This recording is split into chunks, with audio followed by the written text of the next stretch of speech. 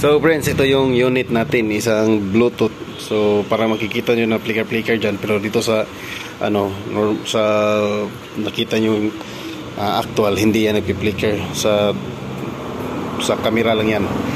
So sa frequency sa camera, refresh rate nya. So ngayon, ito yung unit natin, Bluetooth speaker. Galing sa labas yan.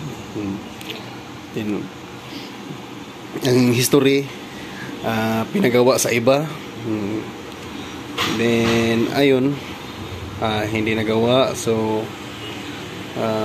sa matagalan, nag-order sila ng parts ng IC. Kinabit ko yung IC, sunog yung IC nya guys.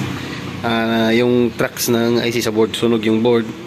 Nagawan pa rin natin ng paraan na ma-resolder. Then ngayon is gumana na siya. Nung pagka-repair ko nung una is battery lang yun ang nag-working. Battery lang pala yun. Nang palaging ginagamit ng may-ari, naubos na yung baterya, ayun, nag-off na siya. So ngayon binalik sa akin kasi lobat daw, hindi na mag-on, parang hindi nag-charge.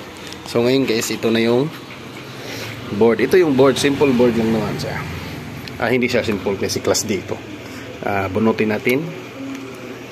So wala na yung charging. So ito yung board niya.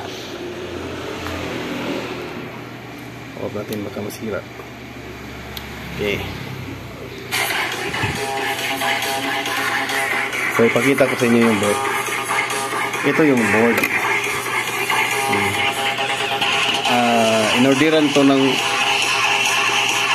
Inorderan to ng may-ari ang IC. Yan, dalawang IC. So nakabit natin.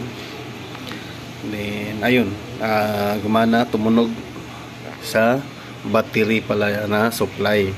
So hindi ko rin alam kasi hindi ko familiar itong sounds. May indicator pala dito pag nagcha-charge na siya. So ngayon, ayan, kita nyo. Yan kagrabe yung sunog sa IC niya, pero working na yan.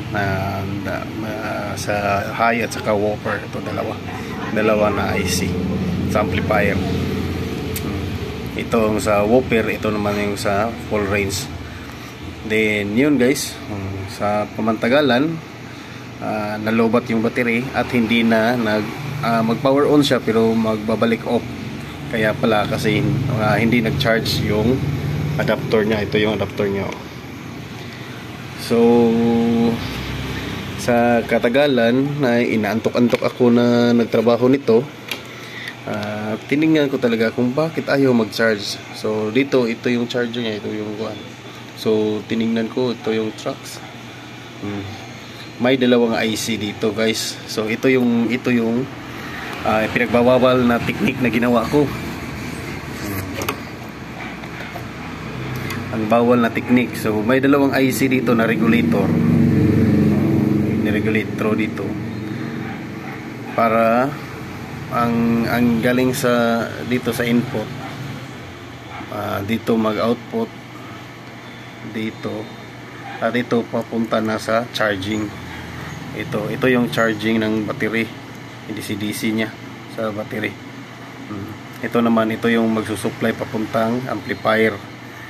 Kung hindi battery ang gamit, ito yung magsusupply. So ito yung charging.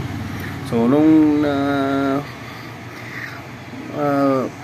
nakita ko kasi na para makinis naman, na walang kabahid-bahid na mga solder. Kaya hindi ko in-expect na may parts talaga dito. So ayun, pagkakita ko na ito talaga yung source sa charging ng baterya. Ito. So pagkagating dito is wala nang parts dito. So yun, sa ilang oras na dumaan, naisipan ko na lang na lagyan ng diode. Ito ay isang rectifier diode mga friends, gaya nito. Nilagyan ko na lang ng diode galing doon sa input. Ito tapos dito at dito papunta na dito. At ayun mga friends, nakita naman natin na tumunog, gumana na at na-charge na yung battery. So ito yung pinagbabawal na technique na ginawa ko. Instead na regulator IC ang ilagay dito, diode ang nilagay ko dito. So wala namang problema kung ilang voltage talaga yung ano niya, kasi 19 volts lang yan. Tapos class D din yung amplifier, so bahala na sila dyan.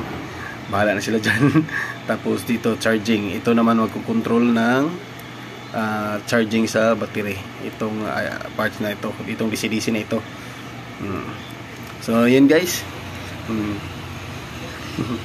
Anong masasabi nyo sa ginawa ko? Safe ba to? Or alam ko na mayroong gamit yung IC dito, pero hindi ko alam kung anong gamit niya. Pero na-bypass natin. So mag-comment kayo sa baba kung anong masasabi nyo sa technique na ito. Para sa akin, pinagbabawal na technique ito, pero para magamit pa itong unit na ito, nilagyan na lang natin ng diode. So yun guys, salamat sana may na-idea kayong makuha nito. Isang Bluetooth speaker to. Ito yung woofer speaker niya, at ito naman dito mayroong speaker dalawa dito. Sige.